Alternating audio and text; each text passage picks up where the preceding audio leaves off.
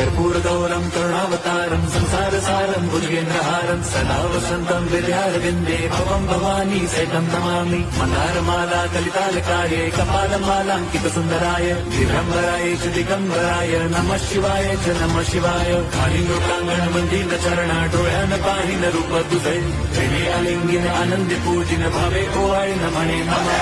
त्वमेव माता पिता त्वमेव बन्धुश्च सखा त्वमेव विद्या द्रवणं त्वमेव सर्वं मम देव। कायेन वाचा मनसेन्द्रियैर्व बुद्ध्यात्मना वा प्रकृति स्वभावात् करोमि यद्यत् सकलं परस्मै नारायणायेति समर्पयामि। अच्युतं केशवं राम नारायणं कृष्णदामोदरं वासुदेवं हरिं श्रीधरं माधवं गोपिका वल्लभं जानकीनायकं रामचन्द्रं भजे।